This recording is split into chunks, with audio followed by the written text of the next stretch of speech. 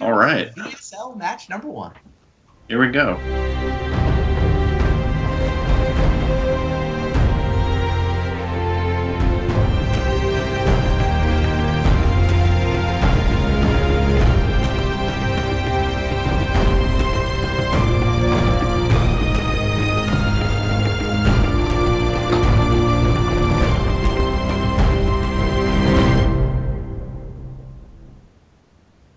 Hello and welcome.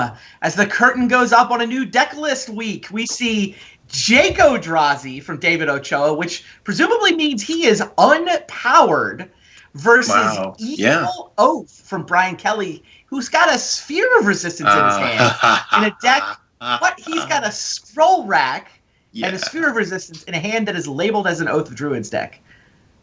I guess he isn't specifying the Oath. Stay tuned. It's got to be Oath of Druids. Wow, these decks are awesome already. I love Ochoa's deck. As you said, he's on a Jaco Drazi is the unpowered. It's a budget deck, but it's a budget deck that's not budget because budget's cheap. It's budget because its creator, Jason Jaco, actually believes that it's a better deck when you aren't playing with power. Yeah, I mean, essentially, it's the colorless version of the Eldrazi deck, and the only power cards you really want in that deck are, like, maybe the Lotus, maybe, a Mana Crypt, but it's a Null Rod deck at its heart. So if you're going to run 4 Null Rods main, which is the way Jaco has it built, you could make the case maybe Soul Ring and Mana Crypt don't belong, and the lands that are available to you if you're an Eldrazi player are just amazing. You can play not just a full set of Wastelands, but you can start playing Ghost Quarters. There's so many 2-mana lands. I'm a little bit surprised Ochoa kept a hand, which is... Oh, he kept a 6. No, he kept a 7 with Mimic and a bunch of lands, but the lands include Wasteland, Ghost Quarter. That hand's not the best. It would be a lot better if he could Word of Command Brian into playing that Sphere. Yeah, no, he kept it based on its ability to just destroy Brian's lands. But the Soul Ring is actually going to be pretty good for Brian here. And Scroll Rack? When's the last time you saw a Scroll Rack played? So, Randy, I know you played Scroll Rack. Did you? I know you played Oath a lot back in the day. I got Land Tax banned back in the day. Back when it was extended, I played Land Tax Scroll Rack in the 90s. And... just crushed people with it to the point where, they banned Land Tax from Extended as a direct result of my deck. So, love the card. I played it in Counter Phoenix decks back in the 90s as well, but that was like 18 years ago. There have been a lot of cards printed in the last 18 years. There have been. Also, I'd like to point out how absolutely fearless Ochoa is. He could have wasted, but he blindly just shoved the Ghost Quarter out, and if Brian Kelly had a basic land, he not only would have been able to get the basic, but also been able to activate the Scroll Rack on that turn. So that just... But here's the thing, though. I actually think it's pretty smart from Webb's point of view. Who puts basic lands in the same deck as Mana Confluence? Right. Brian Kelly. Who put Scroll Rack in the same deck as... as vintage cards? Yeah, fair. Yes. All right, so Scroll Rack is set aside any number of cards, and you can see Brian picking the cards he wants to set aside. Then draw that many cards from the top of your deck. So essentially, you can exchange any number of cards from your hand for the top that many cards of your library. It's particularly good with shuffle effects. I mean, obviously, it's like a massive brainstorm. So it's really good with shuffle effects, and it's really good if you have a way to fill your hand up with cards that aren't particularly valuable, which is why, if you could... Land Tax, for example, is... historically been the most powerful version of that effect in this deck. So I think it's worth pointing out that Brian Kelly's named his deck Evil Oath. And normally, Oath is this deck that does things and summons an actual demon. So you have to figure there's something particularly malevolent going on here for Brian to name his deck Evil Oath. Who knows? Well, I know why it's called Evil Oath. It's Brian is such a non-fan of things like sphere effects that he just deems it evil to put them into a Magic deck. Okay. And so we have Evil Oath. Is evil. Got it. Yes, exactly.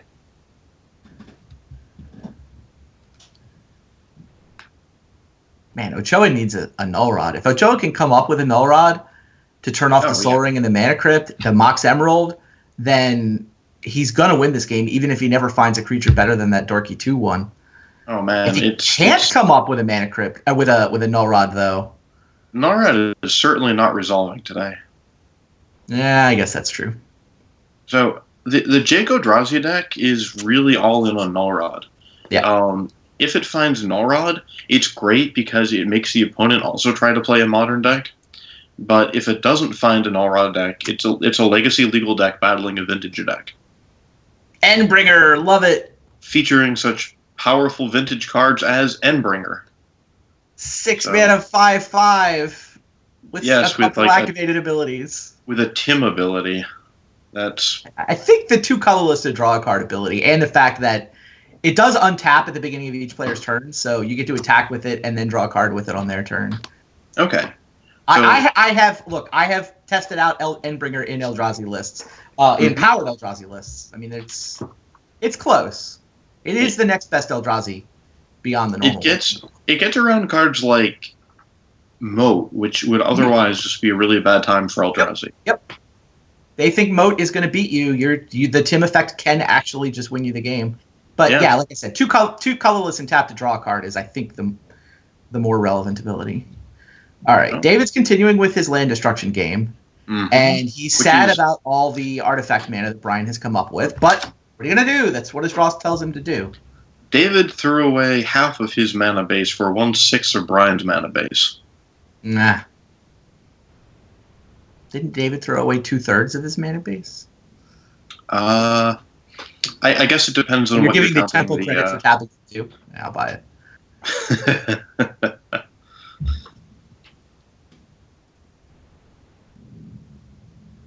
Memory Jar. I still do not understand Brian's deck.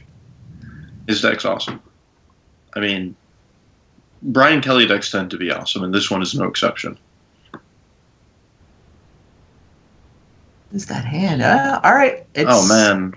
So why look at this. He can resistances in this deck though. So Brian he can Lotus into Titan into Relotus, and then he can also play Oath, but he can also assemble Orchard Oath. What, by intuitioning for Forbidden Orchard? Yeah. Sure. Why not? I don't know. I really actually like the idea of just getting down the Titan here. You can get down Oath and Titan, and then... I mean, Oath isn't active if he plays a creature, but sure. It will be active after he intuitions for Forbidden Orchards. And you can assemble all of these things, so... Right, well, this is a Memory Jar hand, right? So he wants to play as much of it as he possibly can. Oh, yeah. I see in the chat, Akash is saying, this is Brian's cry for help.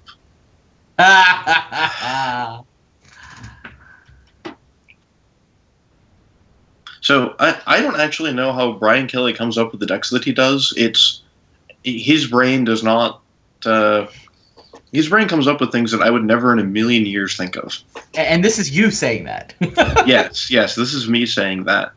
But it's... You've been accused of the same thing in the past, Miss Dr. Che.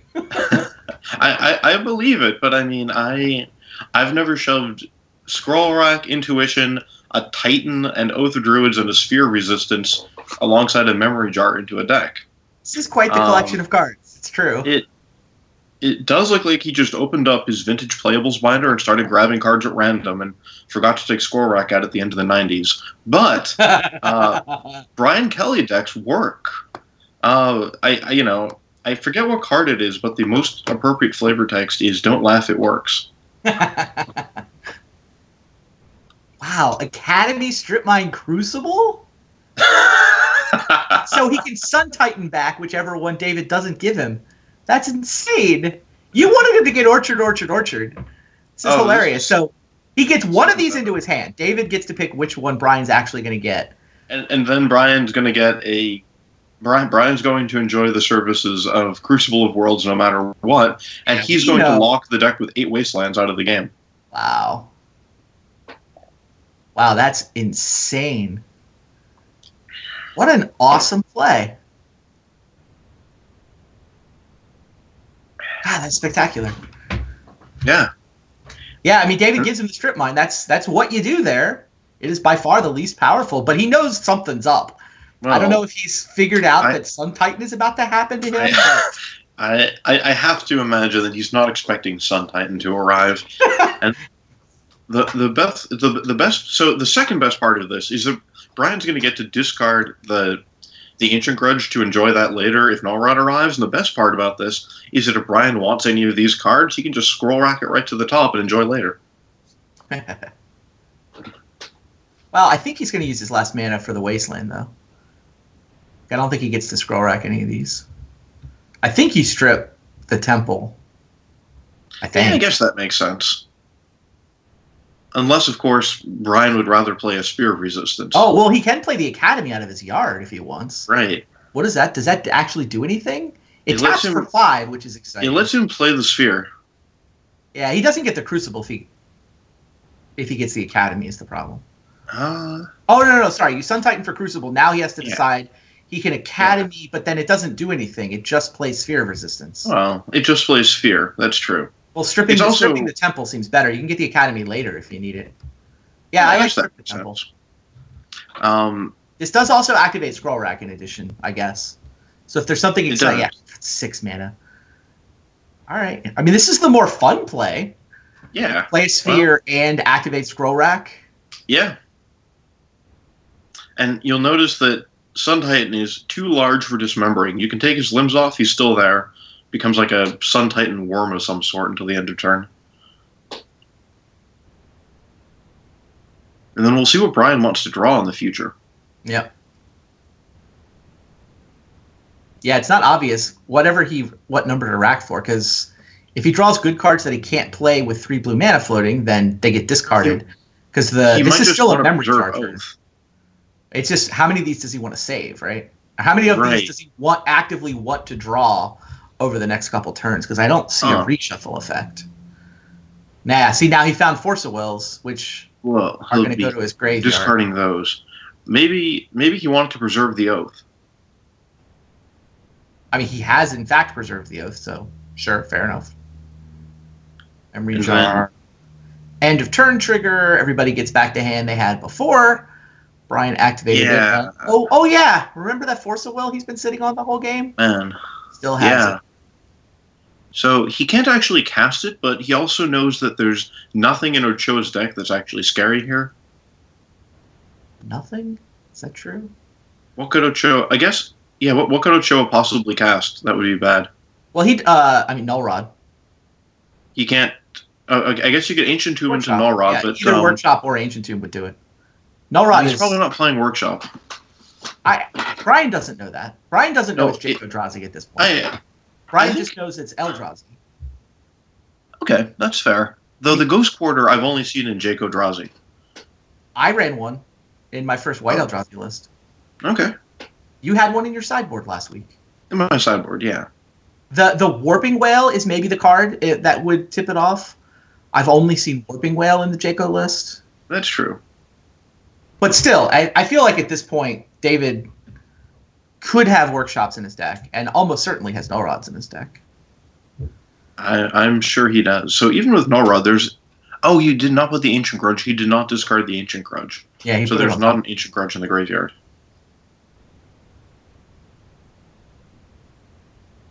Oh, there is a Misty Rainforest in the graveyard. I missed that. He found a reshuffle effect. It came when he scroll racked it was Force of Will, Misty Force of Will. So he actually does now have a reshuffle effect with his scroll rack if he wants it. Oh, okay. So then he could use that to get rid of the Nullrod if it were to arrive. Yeah. All right. Oath of Druids is the card he put on top. Wow. This is just a question of, like, how much do you want to do, Brian Kelly? So Brian can actually double strip mine here to just entirely annihilate Ochoa's mana base. He can waste and then attack with the Titan and then re-waste. Oh, Sun Titan. That was a powerful cycle of cards. It was. It's true. Well, here comes Sun Titan. Is this the best Titan in Vintage? It might be. I guess he is. I mean, He gets look at played that. in Dredge. Like, a lot of Dredge lists will run one just for the ability to put Bazaars into play. Like, it's that reanimation target. I certainly had one of my Dredge lists. You don't really see a Primeval Titan decks in Vintage. I've played Inferno Titan in Vintage before. I've oathed to him. You and no one else. Well, that deck was sweet. I'll give you credit. The Infernal Titan was fine in Odd Oath. But that deck was pretty awesome.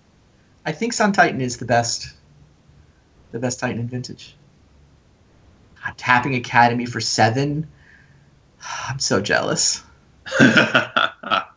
So, Brian does have to end the game before he dies to Mana Crypt. It's true. He does have his opponent sphered and down to 0 mana. But well, there's an Ancient Grudge, so yep. So I guess Mana Crypt's not really going to be a problem, is it? I mean, it's the same Ancient Grudge from before. Yeah. He doesn't currently have red mana, but he can get it. He can get it next turn. So I like just getting the Oath out here, and then good things are going to happen for Brian. He does not have the ability to cast that Force of Will. Null Rod. So, but Ancient Tomb for Null Rod is 1 short with Sphere in play. It's also worth noting that Scroll Rack, I don't believe you draw the cards. I think you set them aside. Correct. So even if Brian oaths and runs out of cards in his library, Scroll Rack will keep him alive. You cannot be decked if you have a Scroll Rack and a Brain.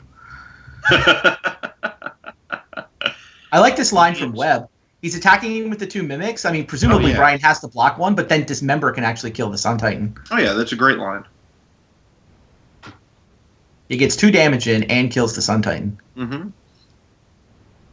Now, unfortunately for Webb, even if he does this, Brian can just keep wastelanding him, use Jace to bounce whichever Eldrazi thing survives, and then...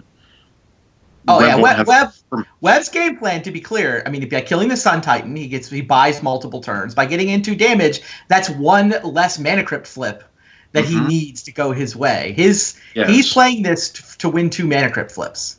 Yes. That's absolutely the right path to victory for Ochoa.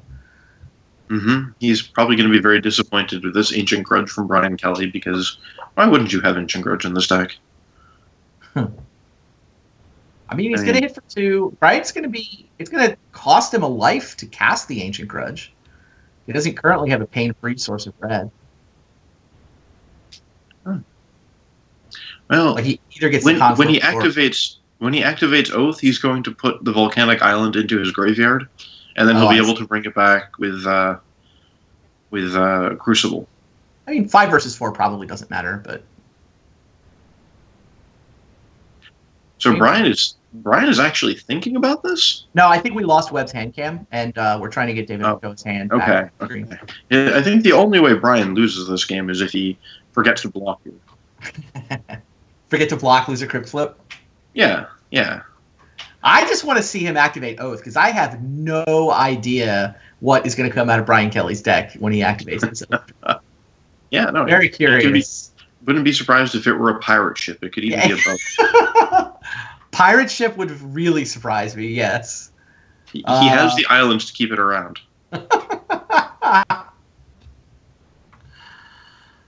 Funny. What would be the most... I'm going to guess it's an Eldrazi that we haven't seen yet. Like Kozilek or some other crazy Eldrazi. Not Emrakul, that's too easy. It's not going to be Salvagers. I mean, Brian would have to go really deep to play Sphere. Sphere with Salvagers? Yeah, that'd be pretty Yeah. Sphere and Salvagers first, I guess. You get your Engineered Explosives back, blow up your own spheres, and then try to combo off. I mean, I guess Brian could be thinking about this, because no, there's no way. He's going to block. Like, he wants to activate Oath, and if he kills a Mimic, he's not actually in position to activate Oath unless Ochoa dismembers, but Ochoa's got to dismember, right? Oh, Ochoa will certainly dismember. I think that Brian has to block here on account of... He can't go to 3, then he really does lose to 1 Mana Crypt flip. Like, there's no way he can take 4, so he has to block. besides, what if Ochoa has some spirit guides and flashes in a large Eldrazi? Then Brian's just dead, right? Sure. Yeah. So are we in Yeah. fact trying to get Ochoa's hand cam back? Is that what we're waiting for, or have we lost David completely? What?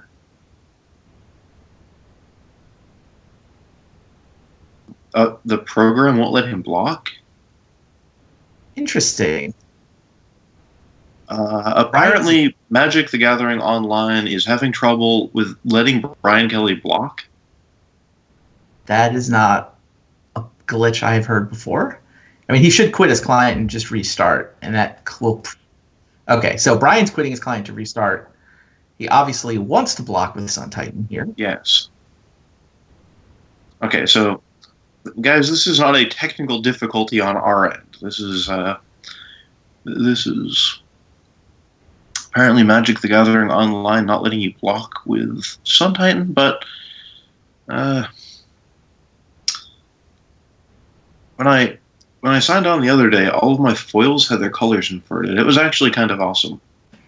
I've seen that. I've seen screenshots of that. I actually liked how that looked better, to be honest. I assume these mimics are attacking Brian, right? Not Jace? I'm... Okay. Those arrows are weird. Those arrows look like they're attacking David. Right? Yeah, it's... That would explain why Sun Titan can't block. So you're saying if Brian doesn't block, then David will take 4? I don't know. Mouse over those mimics. What does it show?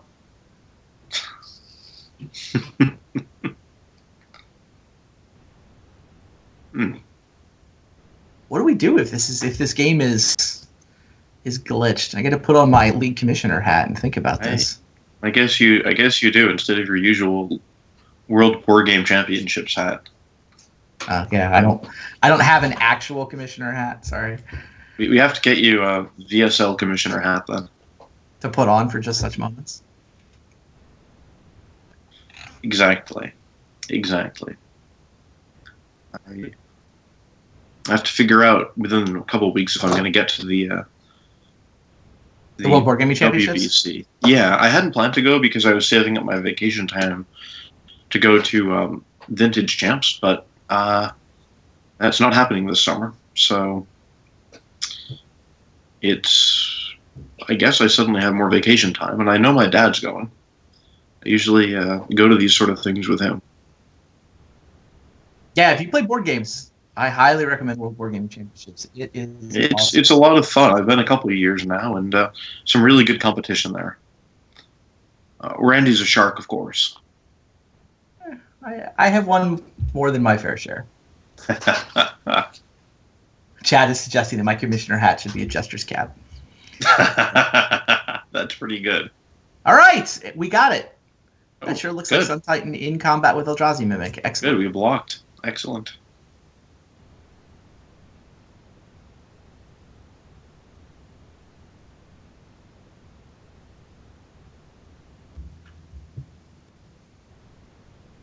And it's back on web.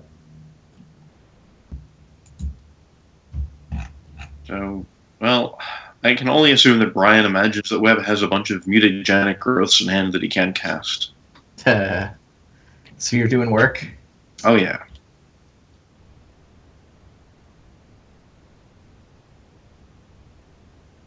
All right. Do we have web back? I noticed that we've lost both hand cams over the course of this.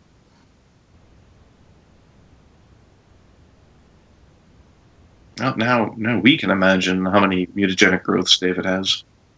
Well, what we know is he has an Ancient Tomb and he has a Dismember. So after this combat resolves, Webb has the option to play an Ancient Tomb, tap it for 2, pay 1 for the Dismember, 1 for the Sphere, and 6 life later, Sun Titan will die. Yes. I presume that's what he wants to do. That seems correct. If he doesn't kill the Sun Titan, then Brian... If he does that, if he does kill the Sun Titan, Brian gets to Oath. And I like killing the Sun Titan because David's already lost this game, and this way he gets to see more of Brian's deck. I like it. I don't think he knows he's lost because, like I said, he doesn't know that Brian has a way to kill his own mana crypt. But your logic is still pretty good. He knows he's probably lost, and that mostly this comes down to whether Brian is going to die to his own mana crypt or not. Right. Well, let's see who or what arrives for Brian. Oh, Sphinx. Sphinx, of course. Just like you would have expected. And the mana crypt. We have Oath of Druids, Brian Kelly special repeal. Oh yeah, we get to see cards. He did flip the Volcanic Island to have pain-free red mana. And now Brian Kelly, Vintage Champion, goes to 2 to make life even more exciting and bring up just a little bit of hope in Ochoa to be dashed soon. Right. Well, he can hard cast Force of Will by tapping his Tolarian Academy. You can bring back Volcanic and get. Yeah, he can use his land drop to get red mana to Ancient Grudge his own mana crypt, which he needs to do. Yes. It does mean that he can't kill the Ancient Tomb this turn. Oh, there's an Orchard. He put Forbidden Orchard. Funny. Okay. I guess he'd rather have Orchard so that he can be triggering Oath again in the future. He's only got 13 cards left in his library, though. There do not appear to be a ton of creatures in this deck. Well, I kind of like waiting on this Ancient Grudge to sort of raise false hope in Ochoa. Why is he giving David a creature to attack with? Oh, because he wants the lifelink. Ha! He's trying to get Webb to attack because if Sphinx gets to block, the lifelink will gain him 6. That's funny. That's great. Yeah, no, I think this is totally Brian trying to Jedi Mind Trick Ochoa into attacking. Wow, that's really good. And then... Oh, and he's just going to bounce the Mimic. All right, never mind. If he's going to bounce the Mimic, then what's the point of the main phase? To take him off Oath. This way David can't Oath. Oh, got it. If his plan the whole time was to bounce the Mimic, then he needed to give David a creature. Right, a slight That's much downgrade. less exciting than my Jedi Mind Trick line. I wanted him to be on the Mind Trick line. So I think Brian knows that he's got this game unless something spectacularly terrible happens to him. True. But because Ochoa is not playing with power, there's nothing spectacular that he can do here. He can't conjure up like 2. I don't even know what it would be. 2 Reality Smashers. Well, but again, we know that because we can see the name of the deck. Brian Kelly has not seen a deck list, has not even seen a deck name. He's just only got the information David has shown him over the course of these turns. That's true. That's true. I guess as we progressed, it should be more apparent to Brian what's going on here, but... Still only 6 turns. Oh. That's reasonable. The Warping Whale is a pretty strong flag. Yeah.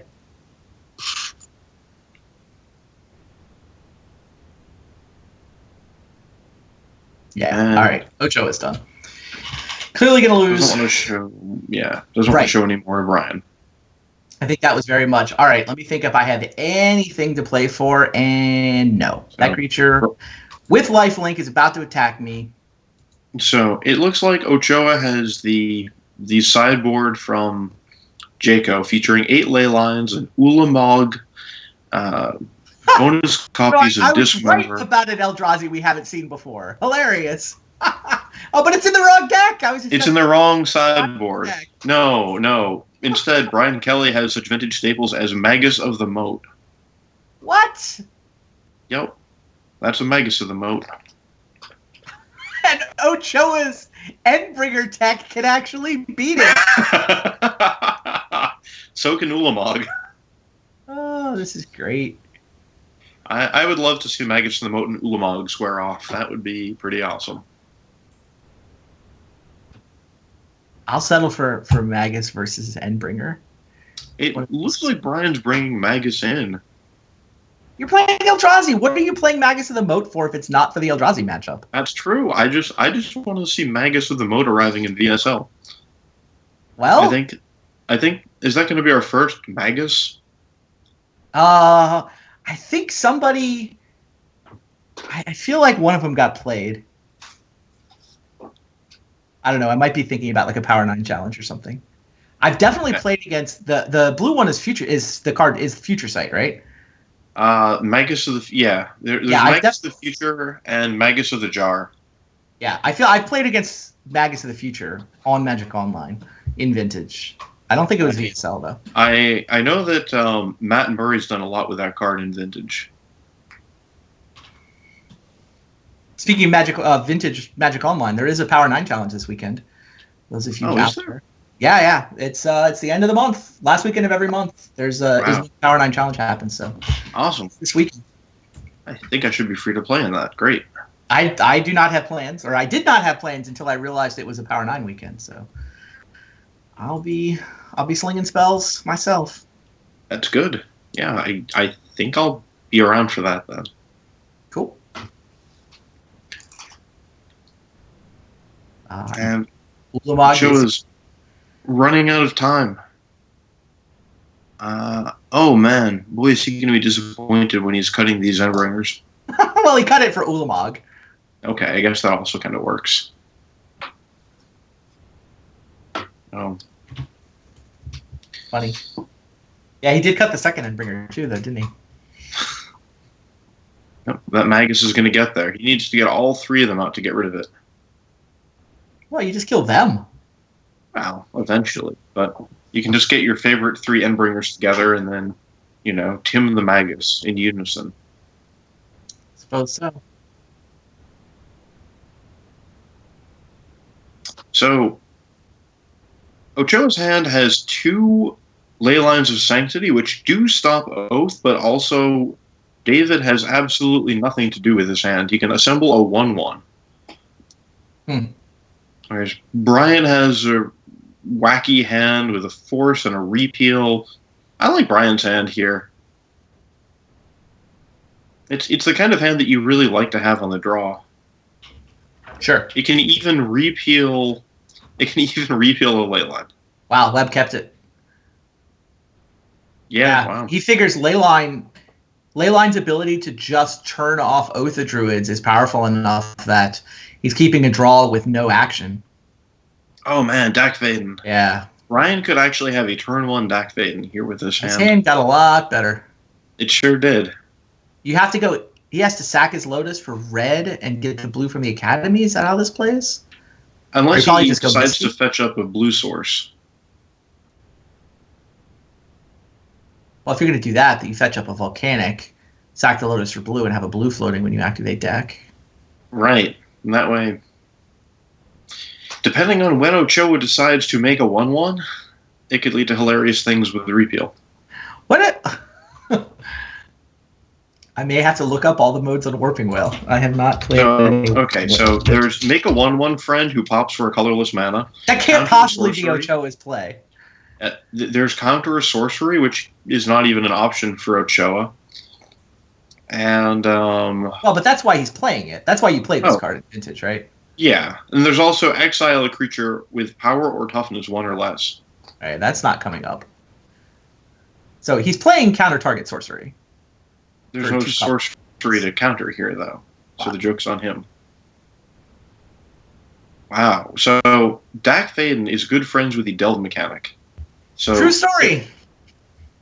Brian's going to be able to enjoy digging through time next turn? Wow.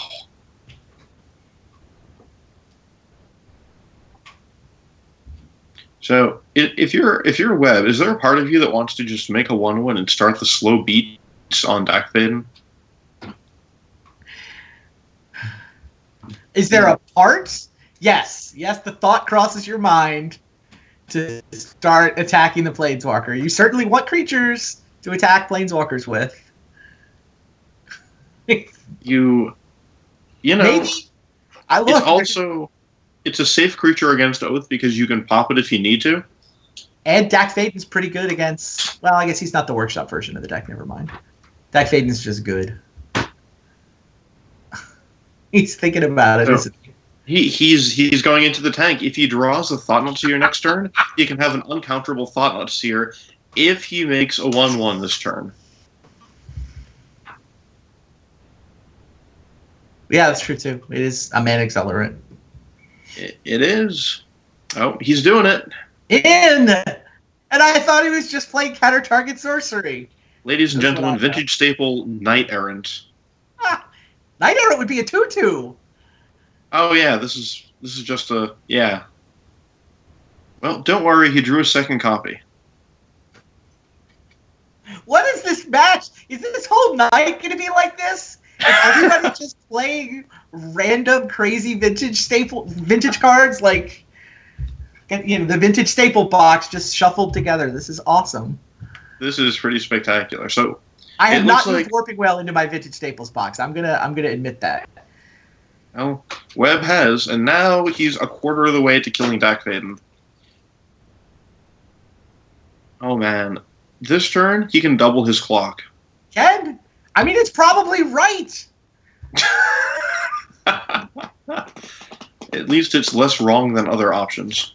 I mean the repeal is pretty good here. Not gonna lie. Oh man, repeal so much value. But like, how is Brian sequencing his mana? Oh, okay. Dak found him a mana crypt, so he can go mana crypt. Mana crypt has to go right to the graveyard here. I would snap discard mana crypt. Well, if he wants to spend his blue mana on a repeal, then he can't play Soul Ring. Oh, that's okay. He can do that next turn. Which, the repeal or the Soul Ring?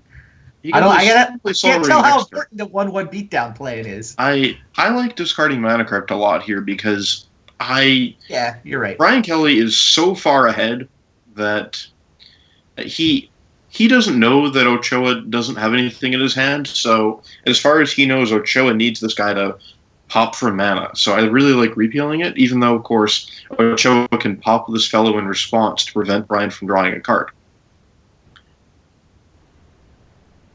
Oh, so he's not even interested in Soul Ring at all. Not even a little bit. Surprises me. I kind of thought he might get rid of the Ancient Tube instead, but maybe he's playing around Nullrod. Repeal your Eldrazi Scion. That just happened. That's right. Don't worry, David has another one just in case this sort of thing happened. He's even got an extra mana for it. Oh yeah, he can play around Dazed. He can play around Force Spike. Well, Daze, but yeah. He chose not to play around Daze. Instead, he went all the way to end step. Oh, man, if Brian Kelly had the Daze here, and really, why wouldn't he have the Daze in this deck?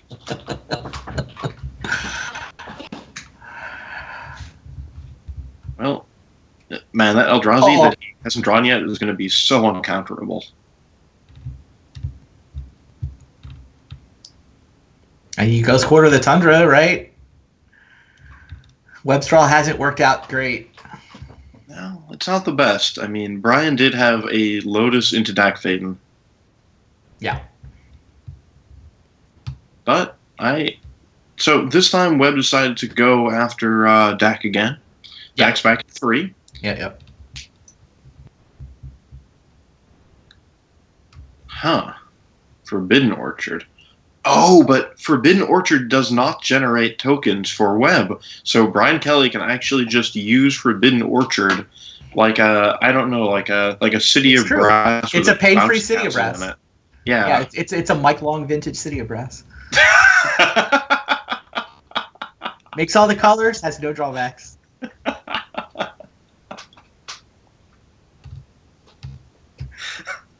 And the interaction here, because Leyline of the Void says Ochoa can't be targeted, I don't think Brian knows it. Why did he discard? He discarded Forbidden Orchard. Forbidden Orchard says when you tap it, give target opponent a spirit token. So if you don't have an opponent to target, then Forbidden Orchard has no drawback. Brian Kelly apparently doesn't. How does Brian Kelly not know this interaction? I don't know how he doesn't. This is the kind of thing he should have known. Totally. Well, there's a cage, so Dak has something to steal now. That's good, because Dak hasn't stolen anything. His thief powers are getting a little rusty. Maybe Brian Kelly's figured it out? Come on, Brian, you can remember this. Maybe he hasn't... Oh, man, he could play the Magus this turn. To stop the Scion beats? Yeah, it stops it by being a moat and also by being an 03.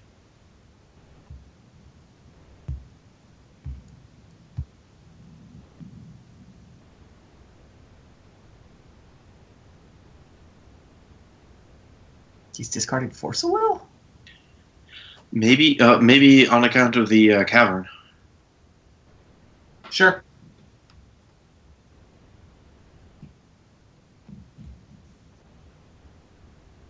Yeah, I discarded Force of Will. All right. Maybe he's figured this out now. Oh, yeah. Or he hasn't figured it out, but he has Magus, so he thinks he's figured it out. Funny. Well, he's figured it out now. Magic Online did not give Ochoa a spirit token. Yes. Not a spirit token, with or without flying, just not existent.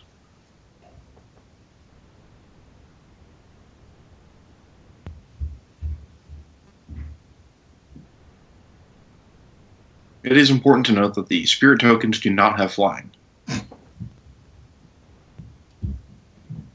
You ever think about the fact that Moat stops non-flyers, but Island Sanctuary stops creatures that don't have flying or island walk? No, I never think about that. Think about that at least once a Tuesday.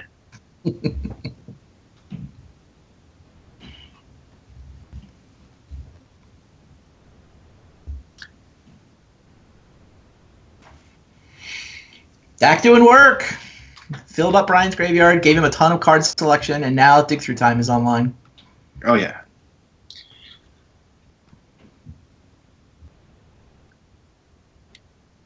Yeah, so this is... What's he?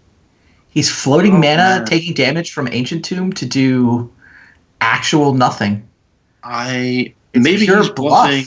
Maybe he's bluffing another Warping Whale. Yes. Which would kill Magus of the Moat. Yeah, I mean, it just means Brian goes to a second main, though. Oh, yeah. Oh, yeah, at some level, Ochoa's got to try something. He needs a bluff to work out or to get very lucky to win from here. He has to make plays in this game, which he hasn't really done so far. Yeah, he's drawn 3 hate cards and no creatures against a guy who played a turn 1 Planeswalker. Well, 2 creatures, but they're not very good. He's drawn 0 creatures. He's drawn a couple instants. I'll give you that. What is that card? That it's a 2-mana 1/1. I'm gonna look this up. All right, I'm gonna look at my Ice Age block binder here. You want Pike Knight? No, there's a.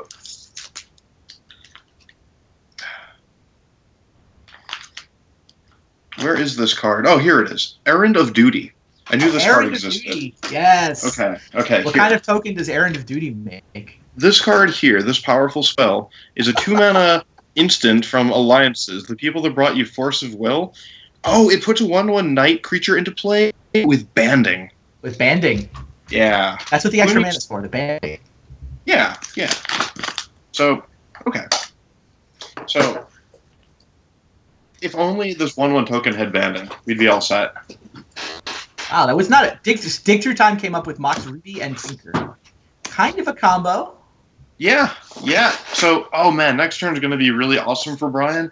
He's going to get to steal the cage and sacrifice it to Tinker. Nice. Although if that's his plan, he didn't need to take a Mox Ruby off the Dig. Maybe the Dig didn't have anything better.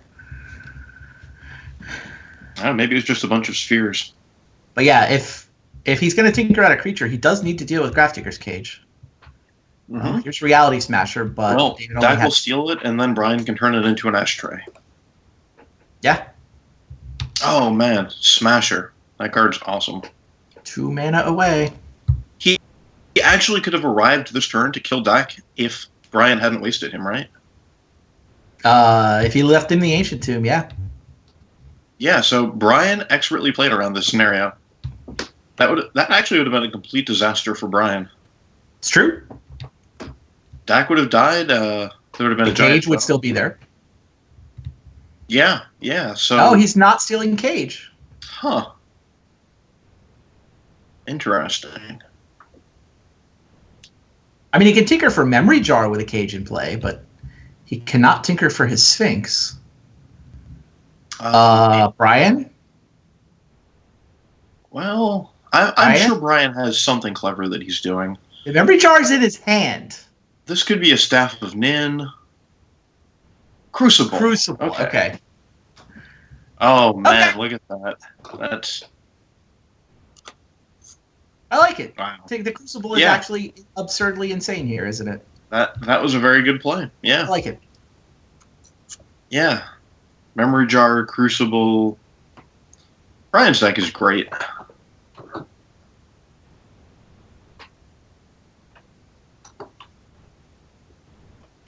Backup Grafdigger's Cage for Ochoa.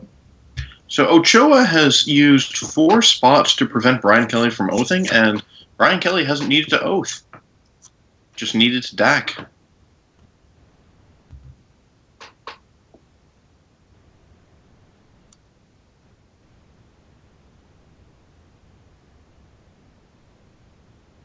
Brian probably needs to win the game at some point. There's a Jace in his deck, right? I guess that makes sense. He's got 28 cards. It's like 12 turns. Oh, here comes Magus of the Moat. Of course! Magus of the Moat! Where have you been all our lives? Right. Oh, man. Yeah. So, Ochoa has like 2 cards in his deck that can deal with this now, I think. An Endbringer and an Ulamog? And if he plays the 3rd Warping Whale, yeah. It's true, Warping Whale does deal with it, doesn't it? Absolutely. It's going to be tough with no lands.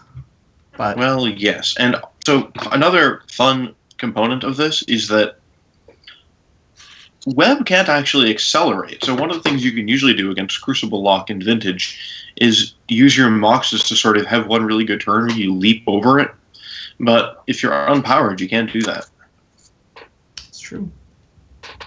So Web is locked down to no more than 1 mana for the rest of the game. And there's a Tidespout Tyrant. Well, nothing but wonderful things are going to happen here. Of course there's a Tidespout Tyrant in hand. That's what you cast with your Tolarian Academy, right? Absolutely. And then you generate infinite mana. See, Brian has an infinite combo in this deck after all. You play a Mox, tap it, bounce another Mox, repeat ad infinitum, and then you have infinite mana. What do you do with this infinite mana? I have no idea what you do when you're Brian Kelly and you have infinite mana. Is there going to be like a Carevex Torch in here somewhere? I hope so. You know, I kind of hope so too. I also feel like that memory jar might be a 5 mana Mox Sapphire. I think it might be. Had to make the Academy tap for more. We got to get to Tidespout Tyrant. Well, in all fairness, weren't there a bunch of cards from Legends that were like 17 mana 3/2s that tap for a blue mana? The mana batteries? No, the Legends, like Savitri L whatever, or I don't know. There were a bunch of like Crawworms that tapped for mana. But here we are. 5, 6. Yes, we're there. Tidespout Tyrant. Memory Jar was a 5 mana investment in making Academy tap for 1 additional mana. It looks like it paid off. I just hope Web doesn't concede.